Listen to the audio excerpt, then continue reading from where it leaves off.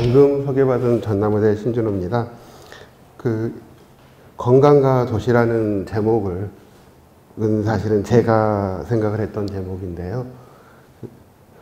유학장님께서 함께하는 인문학에서 뭔가 강의를 좀 하면 어떠냐 이런 말씀을 하시길래 잠깐 고민을 하다가 이거 인문학인데 제가 강의를 해야 되나?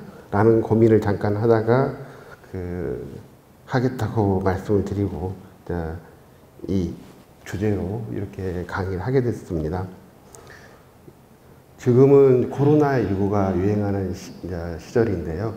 사실은 감염병이라고 하는 질환 자체가 이 도시, 이 건강과 도시라는 그런 제목에서 도시하고 밀접한 관련이 있습니다. 사실은 집단 감염, 물론 개개인에서 생기는 감염병하고 조금 다른데요. 집단 감염은 기본적으로 도시화의 어떤 산물이라고 이야기를 할 수가 있습니다. 도시화의 산물인 이런 감염병, 그 중에서 특히 코로나19가 유행하는 시기에 건강과 도시를 강의하게 돼서 또 기분이 또 상당히 좀 색다른이기도 합니다. 왜냐면은 아까도 학장님께서 말씀하셨다시피 이 시기하고 한편으로 보면은 좀 관련성이 있는 이런 주제다 보니까 그런 걸 의도하지는 않았지만 마치 의도한 것처럼 이런 부분이 좀 있는 것 같습니다. 또 하나는 시기가 또 그렇다 보니까 이전 같았으면은 아마도 질문들이 거의 없었던 것 같아요. 근데 최근에는 여기저기서 많이 이야기를 하시는 게 코로나19와 관련된 질문들을 또한 많이 하시는 것 같습니다. 그래서 가능하면은 강의는 1시간 이내에 끝내고 혹시 이제 제가 이 학교 보건진료소 또 소장이고 또 하나 이제 전라남도 공공의료 지원단 일을 하면서 코로나19와 관련된 직접적인 일은 하진 않지만 자문이라든지 등등 일을 하다 보니까 말씀하시는 내용들이 있어서 그것들을 중심으로 해서 또한 강의 내용과 연결해서 혹시 질문이 있으시면 거기에 대해서도 좀 답변을 해드리도록 이렇게 하겠습니다. 처음에 이 강의를 받아놓고 처음에는 무심코 건강과 도시 하면 좋겠다 라고 딱 정해놨는데요. 다시 생각해 보니까 도시가 앞에 와야 되나? 도시가 뒤에 가야 되나? 이런 고민이 생겼습니다. 왜냐면은 이 건강이라고 하는 것 자체는 사람에서 나타나는 어떤 인간들에게 나타나는 건강 관련된 최종적인 산물이라고 볼 수 있습니다.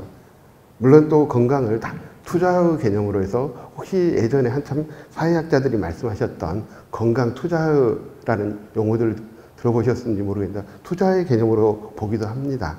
그렇지만 1차적으로 생각했던 것은 이 강의를 처음에 하려고 할 때는 도시라고 하는 환경 변화들 이런 것들로 인해서 나타나는 어떤 건강의 문제를 처음에 염두에 좀 뒀었는데요. 그래도 이게 한편으로 생각하면 예방을 하는 사람의 입장에서 건강이 더 먼저 나와야 되는 거 아닌가 싶어서 건강을 앞으로 빼놓기도 했었는데요. 다시 생각하면 도시와 건강? 이거 바꿔야 되는 거 아닌가 하는 생각을 몇 번을 하다가 그런데 또 다시 생각해 보니까요. 건강이 도시에 미치는 영향이 또 없지가 않더라고요.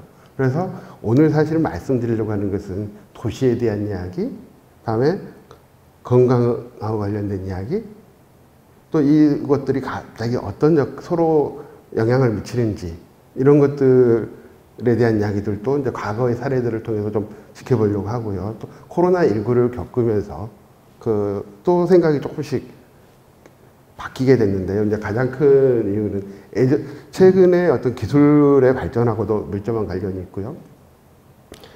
예전 같으면 소위 사회적 연대, 솔리다리티라고 하는 걸 굉장히 중요하게 여겼었는데요. 최근에는 이 솔리다리티하고 관련돼서 또 반대되는 소위 사회적 거리두기, 소셜 디스턴싱인데요. 어떻게 보면은 멀리 하자는 이야기거든요. 그러면 이게 연대하고 어떤 관련성이 있을까 하는 부분들, 그리고 또 요즘에 그래서 그런지 몰라도 디지털 솔리다리티라는 용어도 나오기도 합니다. 아무튼 그런 맥락들까지 짚어보고 그러면은 앞으로의 도시가 한편으로는 건강하고 한편으로는 안전하면서 또 그 사람들의 건강과 안전이 도시에 또한 그 긍정적인 피드백을 줄 수 있는 방향이 뭘까 하는 이런 것들을 좀 담아서 말씀을 드리도록 하겠습니다. 일단은 도시에 대한 정의는 이것은 제가 위키백과에서 갖고 왔는데요. 아마 그 다른 걸 봐도 크게 차이는 안 날 거라고 생각합니다.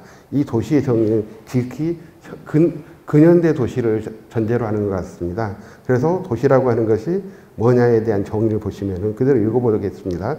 인간의 정치, 경제, 사회적인 활동 무대가 되는 장소, 또 인구 집중으로 인해 비교적 인구 밀도가 높은 지역, 또 한편으로 도시는 행정, 사회적인 의미인 도와 경제적인 의미인 시, 두 가지 의미를 가지고 있다. 그리고 무엇보다도 도시에는 제2차 산업, 3차 산업에 종사하는 인구가 많다. 이렇게 정의가 되어 있습니다. 사실은 이것은 지극히 현대적인 의미에서 도시라고 저는 개인적으로 생각을 하는데요. 왜냐하면 제가 생각했던 도시는 물론 이런 정의가 크게 다른 건 아닌데요. 조금은 다른 맥락에서 그 생각을 하게 됐는데요. 일단은 이 도시와 관련돼서 제가 생각했던 건 가장 큰 것 중에 하나는 인간들이 살아가는 생활 양식이 바뀌어가는 것과 밀접한 관련이 있다고 생각을 합니다. 처음에 인류가 나타날 때는 사냥을 통해서 또 채집을 통해서 먹고 살았었죠. 이때는 말 그대로 손에서 입으로, 다시 말해서 버는 것을 그날그날 해치우고 저장이라고 하는 것이 불가능한, 다시 말해서 잉여가 존재하지 않는 세상이었던 건데요. 근데 사람들이 농사를 짓게 되면서 잉여, 다시 말해서 먹고 남는, 왜냐하면 기본적으로 농업이라고 하는 것 자체는 수렵에 비하면 생산성이 훨씬 더 높은 형태의 어떤 그 생존 방식이라고 말씀을 드릴 수가 있을 것 같고요. 그리고 이제 그 농업의 기술 혁신, 또 기타 산업화, 사실은 도시화가 더 먼저고 산업화는 그 다음이긴 한데 어쨌든 그런 과정들을 거쳐서 도시화의 과정들을 거치게 되고 도시 생활을 하게 됩니다. 그러면서 아까도 이제 도시에 대한 정의에서 보다시피 1차 산업보다는 2차 산업이나 3차 산업에 관련된 인력들이 더 늘어나게 되는 거죠. 그럼 이와 같이 바뀌게 되는 건 뭐냐? 저 개인적인 생각은 결국은 잉여라고 하는 개념이 굉장히 중요한 거고요. 잉여가 발생할 수 있는 것은 기술 혁신이고 기술 혁명이거든요. 그 기술의 혁명이 가장 크게 나타났던 거, 어떻게 보면 그 인류의 큰 변화를 일으켰던 것들은 농업혁명이라고 생각을 합니다. 농업혁명이라는 말은 조금 이따 다시 정리를 하겠지만 그 용례들을 찾아보면 굉장히 많이 있는데요. 가장 우리에게 익숙한 농업혁명은 신석기 시대의 농업혁명입니다. 다시 말해서 이전에 농사를 짓지 않던 수렵하고 채집하던 구석기 사람들이 농사를 짓는 신석기 사람으로 바뀌게 되는 이 시기죠. 그래서 근데 그게 좀 이따 말씀드리겠지만 과연 정말 긍정적이냐는 것은 또 되짚어 볼 필요가 있습니다. 어쨌든 이런 농업을 통해서 정주를 하게 되는데요. 근데 또 거기에 대해서 반대 의견을 가지신 분들도 있더라고요. 정주가 먼저고 농업은 그 뒤에 따라왔다.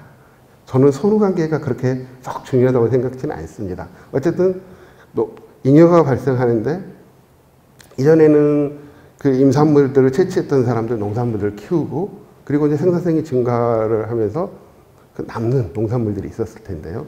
그것들을 저장하고 이제 이러다 보니까 옛날같이 모두 죽으라고 뛰어다니면서 일을 해야만 먹고 살았었는데요. 이제는 일하지 않고도 먹고 살 수 있는 사람들이 발생을 하고 다시 말하면 계급이 분화되는 일들이 벌어지는 거죠. 또한 아시는 것처럼 누군가 열심히 일해서 벌어서 농산물들을 저장해 놓으면 누군가는 어떻습니까? 그걸 또 약탈하고 싶어 하는 사람들도 있죠. 다시 말하면 놀고 먹고 살 수 있는 방법은 여러 가지가 있는데요. 기술 혁신을 통해서 많이 생산하고 그것들을 자기가 직접 생산하지 않고 다른 사람을 부리는 방법도 있고 그것이 결국 그 당시로 보면 계급 분화였겠죠. 그래서 그 장이 돼서 아랫사람을 부리는 방법. 또 하나 같이 뜻을 맞는 사람들이 합쳐서 나무 동네 가서 약탈해 오는 방법.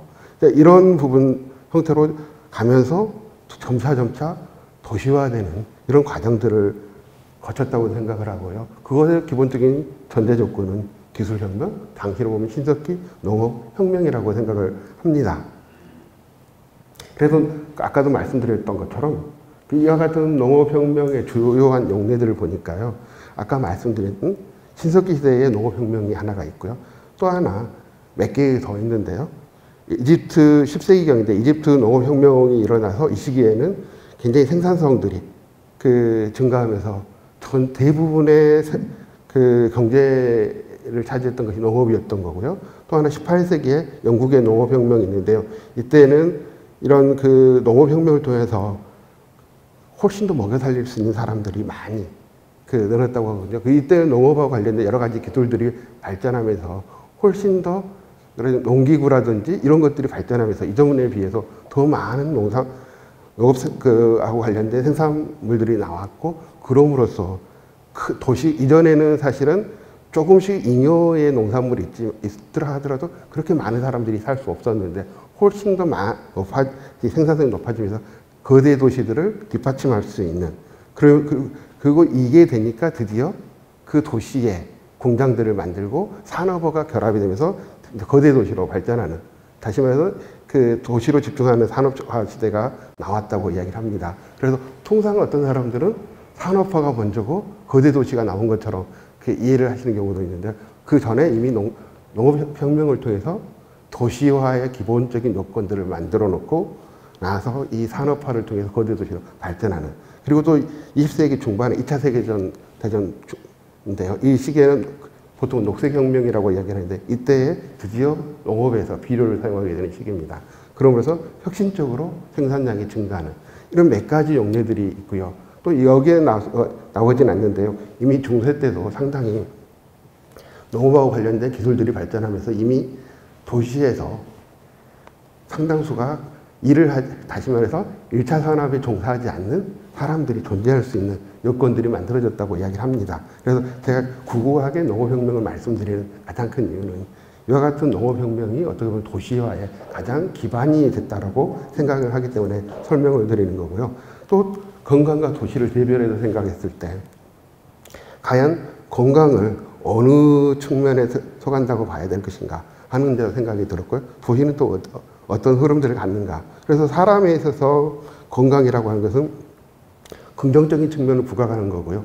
한편으로 부정적인 측면을 가장 극단으로 이야기를 한다면 죽음이 될 것 같고요. 도시는 또 긍정적인 것은 건설해서 운영하는 것, 그리고 또한 부정적인 측면들을 강조하는 멸망이 될 것 같아요. 그래서 사람이라고 하는 것 자체는 사실은 누군가가 만들어주진 않았잖아요. 자연 발생적인 그런 측면으로 생각을 했었고요. 도시라고 하는 것은 사람들이 만든 그런 인적인 산물로 이렇게 볼 수 있지 않을까라는 생각을 했고요. 그래서 한편으로 생각하면은 보통 이제 여기 보통 엔트로피라는 자연과학을 하신 분들은 엔트로피라는 용어를 이제 쓰는데요. 자연이라고 하는 것은 무질서가 증가하는 방향이고, 다음에 인이라고 하는 것은 질서가 증가하는 그런 방향인데, 한편으로 보면은 사람이라고 하는 존재는 일반적인 자연에 비해서는 좀 더 질서가 있는 편이거든요. 그리고 사람들이 만든 구조물들은 특별히 건들지 않으면 그와 같은 상태가 그대로 유지가 되는 이런 것들이어서 좀 더 질서가 더 유지되는 이런 것이라고 저는 기본적으로 판단을 했고, 이제 이것들을 기준해서 그때 자연과 인적인 것들을 구분한다, 이것으로 구분하는 게 맞지 않았을까라는 생각을 했습니다. 그래서 인간과 건강과 도시라고 하는 것을 생각할 때 인간이라고 하는 것이 결국은 끼게 되고 이것들이 서로 작용을 하면서 영향을 미친다라고 저는 생각을 했고요. 왜냐면은 좀 이따 말씀드리겠지만 도시가 사람의 건강에 미치는 영향뿐만 아니라 또한 건강이 도시에 미치는 영향들이 사례들을 보실 수가 있을 겁니다. 그래서 이제 아까 제가 농업혁명이라고 하는 거에 대해서 반드시 긍정적인 것만 있는 것은 아니다라는 말씀을 드렸어요. 사실은 인류의 역사를 가지고 보면은 농업혁명은 생산성을 증대시켜주고 또한 인구가 증가하게 되는 이런 굉장히 긍정적이고, 어떻게 보면 진화론적인, 발전론적인 측면에서는 피할 수 없는 일처럼 이렇게 보이기도 하거든요. 근데 이 그 도시화가 되는 이 과정에 농사라고 하는 게 끼게 되는데요. 이 농업혁명이 가지고 있는 그 문제점들이 있습니다. 일단은 그 농사는 영양실조를 일으키고 관절염을 유발한다고 이렇게 되어 있어요. 근데 많은 사람들이 이런 생각을 하실 거예요. 농사를 져서 농산물을 먹는데 왜 무슨 영양실조야? 라고 생각하실 수 있어요. 근데 실제 구석기 시대와 신석기 시대의 흔적들을 찾아가지고 비교를 한 자료들이 있거든요. 훨씬 더 영양 상태는 구석기 사람들이 좋다고 돼 있고, 신석기 세상에서는 일부 영양실조가 보이는 걸로 돼 있어요. 또 이분들이 농업이라든지 이런 걸 하면서 관절염이나 이런 문제들을 일으키는 걸로 돼 있고요. 정착 생활을 하면서 인구가 증가되고 생활 범위가 좁아지면서 전염병, 감염병이 생기는, 다시 말해서 감염병이라고 하는 것은 다 따로따로 살 때는 그다지 문제가 되지 않은 질환이었는데요. 사람들이 좁은 지역 내에 밀착해서 지내면서 발생하는 이런 질환인 거죠. 또 아까도 이제 말씀드렸던 농사로 인해서 잉여가 발생함으로써 또 먹고 노는 사람들이 생기면서 계급이 분화되는 이런 문제들이 생기는데요. 근데 이게 몇 가지 지표들이 있더라고요. 구석기 시대의 수렵 채집인인 남성 평균 수명이, 물론 이건 다 추정입니다만은 35.4, 여성은 30세 이렇게 살았다고 이야기하거든요. 그리고 농업혁명 이후의 인류인 신석기 말의 남녀의 평균 수명은 남자가 33.1, 여자가 29.2. 다시 말하면은 어쨌든 간에 40을 못 넘기는 이런 것이었는데, 그럼에도 불구하고 신석기가 훨씬 더 구석기 때보다 수명이 짧은 걸 아실 수가 있고요. 또 남자의 신장을 보시면 대부분의 구석기 시대의 남자들은 177cm였다고 이야기를 하고요. 신석기 말의 남자는 161cm, 이런 결과들, 특정한 지들이 이런 것들을 보여주고 있거든요. 다시 말하면 우리가 생각하는 신석기 농업혁명이 인간을 훨씬 더 부유하게 만들고 행복하게 만들 것으로 생각했는데, 이 지표들은 그다지 행복하지 않았을 가능성들이 상당히 보이고 있고요. 그런 흔적들을 가지고 봤을 때 사람들이 훨씬 더 일찍 죽었고 더 많이 병들어 죽었을 가능성들을 보여주는 거죠. 다시 말하면 농업은 인구 생산성을 증대시키고 인구 증가는 시켰지만, 인간의 어떤 건강이라고 하는 문제에서 봤을 때는 그다지 긍정적이지만 않은, 한편으로는 재앙일 수 있는 상황이라고 하는 것들을 잘 보여주는 거죠. 또 이 시기에 농업만 있는 게 아니라 그 당시는 사실은 동물을 보면은 잡는 거잖아요. 그리고 이게 문제가 생길 때 빨리 해치워야 되는 거잖아요. 다시 말해서 저장된 식품들이 없는 거죠. 반면에 농업을 하던 시기에는 아울러서 동물의 가치가 같이 일어나는 시기고요. 동물과 같이 사는 이런 일들이 생기거든요. 그러니까 어떻습니까? 소위 저희가 생각하는 감염병, 전염병이 더 늘어나는 현상들이 벌어지는데요. 저도 많이는 아닌데 네팔을 몇 번 갔었거든요. 네팔의 계곡을 따라서 가다 보면 물들이 정말 깨끗하고 맑고 예쁩니다. 근데 그 물을 저희들이 먹으면 큰일 나거든요. 저희들이 감당할 수 없는 토사강난을 겪게 되는 거죠. 겉에는 되게 깨끗한데요. 분변에 의해서 물들이 오염돼서 저희들이 먹고 살 수 없는 이런 물들을 먹게 되는 거죠. 저희들이 감당하기가 굉장히 어려웁니다. 사실은 이런 과정들을 통해서 어떻게 보면은 마치 사람들이 짐승을 또 곡식들을 이전에 컨트롤 못하던 곡식과 짐승들을 컨트롤하는 것처럼, 자연을 지배하는 것처럼 보였는데, 한편으로 보면은 자기가 지배한다고 생각했던 짐승 또 식물들에 어떻게 보면은 종속되는 현상들을, 얘네들에 의해서 여러 가지 영향들을 받게 되는 거죠. 그리고 현재 인류가 가지고 있는 많은 질환들이 신석기 시대 때부터 나오기 시작합니다. 그래서 가끔 혹시 여러분 다이어트에 관심 있는 분들, 구석기 다이어트 이런 거 들어보셨나요? 그것의 원리가 그거거든요. 우리의 몸에 있는 유전자는 구석기. 근데 우리의 식사라든지 생활 습관은 신석기 이후의 시대 것들. 근데 유전자는 뭐 기껏 1, 2만 년 사이에 그렇게 많이 바뀌지 않는다는 거죠. 우리의 생활과 식사 이런 모든 것들은 거의 현대화되어 있는데 우리의 유전자는 여전히 구석기대에서 크게 벗어나지 않는다. 이런 것들이고, 제가 구석기 다이어트를 이야기하려는 건 아닌데요. 어떤 이런 조건들이 이 신석기 시대의 이런 농업혁명과 밀접한 관련들이 있습니다. 그래서 지금도 가끔씩 그 비만에 관련된 책들을 읽다 보면 재밌는 구절이 나오는데요. 비만이라고 하는 것은 굉장히 우리가 그 굶주림으로부터 잘 적응할 수 있는 유전자가 비만을 일으키는 유전자거든요. 그러니까 어떻게 보면 인류의 생존에 굉장히 도움되는 유전자인데요. 그래서 그 비만과 관련된 유전자를 라이트진이라고 이야기를 합니다. 좋은 유전자죠. 근데 좋은 유전자가 좋은 시기를 만나지 못하고 부적절한 시절을 만나서 고생하는 거죠. 그래서 비만이 발생한다고 이런 표현들을 씁니다. 아마도 이 유전자를 가지신 분들은 구석기 시대를 살았으면 굉장히 건강하게 잘 사셨을 있습니다. 그리고 훨씬 더 생존력도 강한 이런 사람들이었을 텐데 시대를 잘못 만나서 굉장히 고생하시는 거죠. 그래서 저희들은 비만인 분들을 볼 때 항상 위로를 해야 됩니다. 시대를 잘못 만나서 고생하신다. 아무튼 이런 신석기 농업혁명이 가지고 있는 그런 문제들에 대해서도 또 볼 수가 있는 거죠. 이와 같이 도시화가 사람들에게 미치는 영향의 일부를 이제 보여드린 거고요. 또 하나는 도시 환경이 그 건강에 미칠 수 있는 영향들에 대해서는 건강 모형을 가지고 조금 말씀을 드리고자 합니다. 건강 모형에는 여러 가지가 있는데요. 사실은 보통 우리가 감염병을 이야기할 때는 단일한 인자, 감염병을 일으키는 균이 사람에게 병을 일으킨다라고 이야기를 합니다. 근데 그와 같은 그 건강 모형은 설명을 못하는 것들이 꽤 많이 있습니다.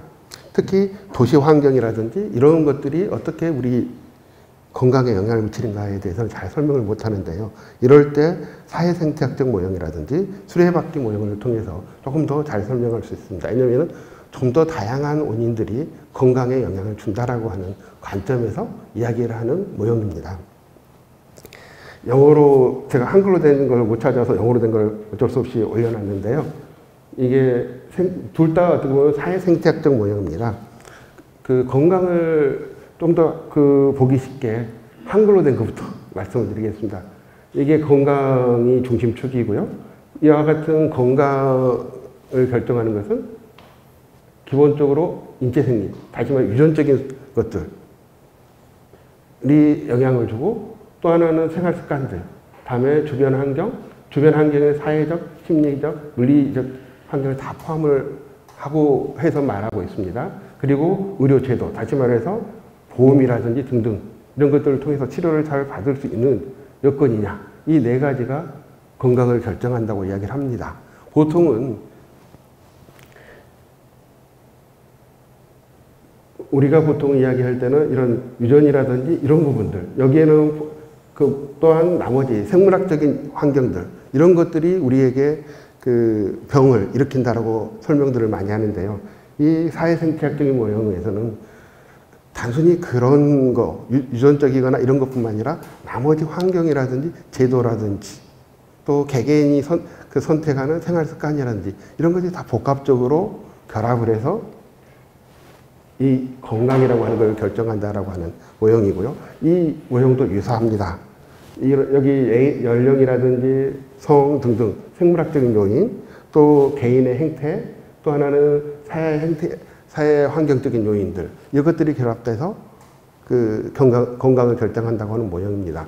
제가 이 말씀드리는 것은 건강이라고 하는 게 보통은 흔히 하는 말로 병을 일으키는 그 단일 원인, 예를 들어서 지금 현재 코로나19 같으면 코로나 바이러스에 의해서 병이 생긴다고 생각을 하지만, 근데 모든 사람이 코로나 바이러스에 노출됐다고 해서 사실은 코로나19가 발생하진 않거든요. 일부는, 물론 모든 사람이 그렇지는 않습니다. 특히 코로나19 같으면 그 전염력이 상당히 높은 질환이 돼서 상당한 그 뭐랄까 양으로 노출이 되면 많이 걸립니다. 근데 설령 이게 노출이 돼서 질환이 진행되더라도 어떤 사람은 전혀 문제 없이 다시 말해서 무증상으로 잘 지내고 일정한 시간이 지나면 회복을 합니다. 어떤 사람은 걸려가지고 여러 가지 증상을 호소하다가 치료가 되는 사람이 있고요. 어떤 사람은 소위 접촉이 돼서 노출이 된 지 얼마 안 됐는데 숨가쁘하고 굉장히 힘들어하다가 놀래가지고 병원에 가서 엑스레이 찍어봤더니 폐가 하얀, 쉽게 말해서 거의 기능을 못하는, 흔히 말하는 중증 코로나인 경우인데요. 이런 분들은 바로 산소 투입을 하고 치료를 해야만 생존이 가능하죠. 이게 굉장히 개인차가 심합니다. 동일하지가 않는 거죠.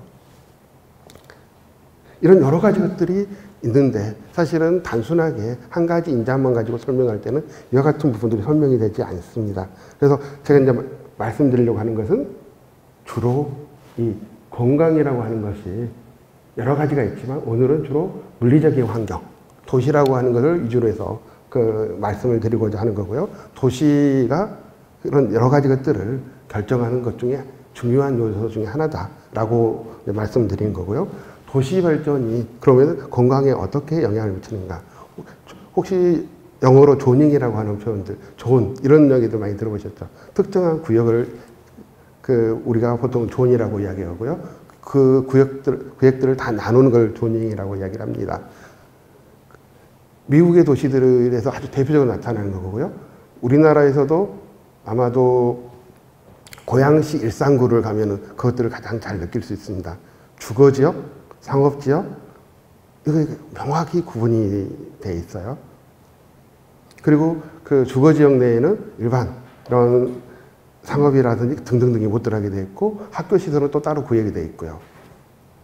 이 지역에서는 쇼핑하러 가려면 차를 몰고 가야 됩니다.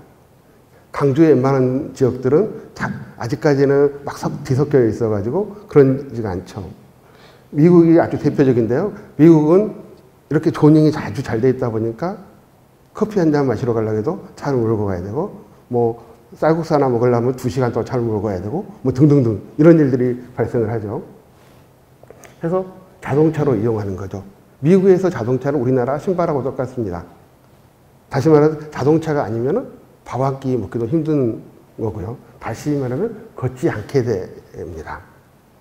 그래서 요즘에는 이 조닝에 대해서 다시 생각을 하고 있고요. 이런 구역들을 지금처럼 크게 잡을 게 아니라 좀 더 적게 잡아서 이걸 믹스하는 랜드 유스 믹스라고 하는데요. 그 땅을 혼합하는, 사용을 혼합하는 이런 설계들을 다시 요즘들 하고 있습니다. 그래서 도시를 재설계하는 거죠. 그래서 걷게 만드는 도시, 자전거를 탈 수 있는 도시. 그러면서 신체 활동을 증가시키고 또 이러므로써 어때요? 단순하게 걷거나 자전거만 안 타는 게 아니라 자동차를 덜 이용하게 되고 다시 말해서 대중교통도 일부 포함합니다. 어쨌든 이산화탄소를 감소시키는, 그래서 훨씬 더 사람들에게 건강하게 만드는 도시로서 이렇게 탈바꿈을 하는 이런 것들이죠.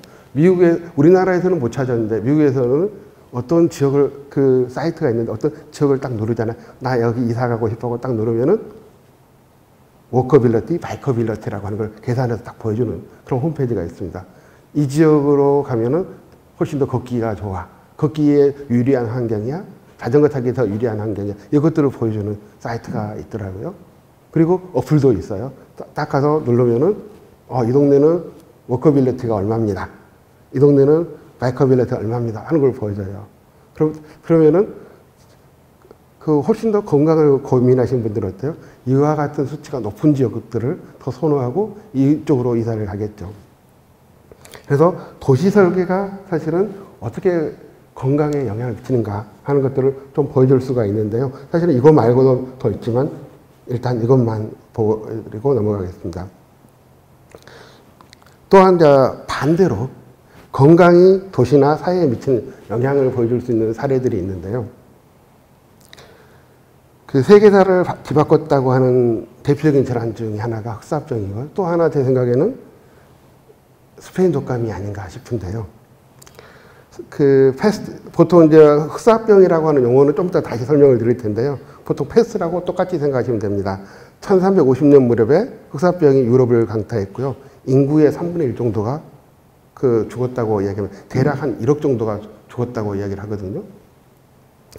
그래서 이렇게 죽음으로써 어떤 일이 발생하냐면 결국 일할 사람, 소작농이 줄어들게 되고 또 결국 그러니까 어떤 일이 생겨요? 소작농이 있어야 농사를 지을 거 아닙니까? 노동력이 부족해지는 거고요. 그러니까 노동자들도 어때요? 농업 노동자들도 지주하고 한판 할 만한 거죠. 왜냐하면 수가 적거든요. 당신 우리 임금 적게 주면 같이 일 안 할래. 이렇게 버틸 수가 있게 되는 거죠. 이러므로써 드디어 봉건제가 무너질 수 있는 여건들이 만들어진 거죠. 그래서 사실은 이런 것들 때문에 서유럽이 빨리 더 발전할 수 있는 여건이 되었다고도 설명을 합니다. 보통은 뭐 거기에서 기술혁명이 발생을 하고 또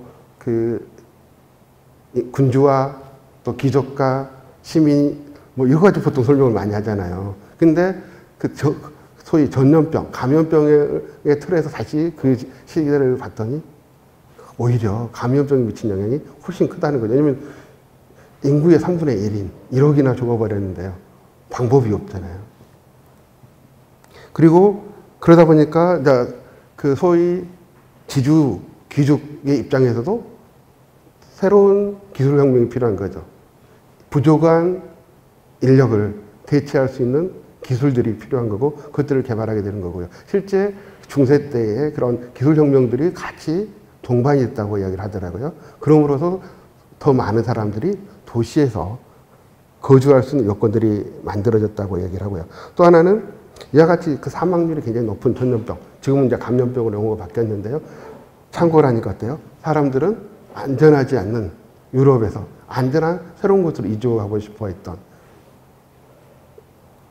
것이라고 이야기를 합니다. 특히 이제 이와 같은 노력이 굉장히 많았던 지역 중에 하나가 스페인과 포르투갈인데요. 이 두 지역은 또 밖으로 나가게 되는 이유들이 또 다른 이유들이 있더라고요. 사실은 그 당시에 교역에 있어서 가장 중심이 됐던 지역은 이탈리아인데요. 그 당시에 유럽에서의 교역에 가장 많은 양이 있었던데 지중해를 끼고 있는 것이었습니다. 다시 말해서 유럽에서 가지고 있지 못한 여러 가지 것들이 중동을 거쳐서 중개무역 형태로 해서 이탈리아를 와서 다시 유럽의 전역으로 퍼지는 이런 루트를 밟아가고 있었는데요. 그러니까 스페인이라든지 포르투갈에서 굉장히 셈이 났어요. 쟤들처럼 우리도 하고 싶은데 지중해는 들어갈 수는 없고 다른 루트가 없나. 이제 이것들도 영향을 미쳤다고 이야기를 합니다. 어쨌든 간에 전염병, 감염병이 여기에 불을 붙였다고 이야기를 합니다.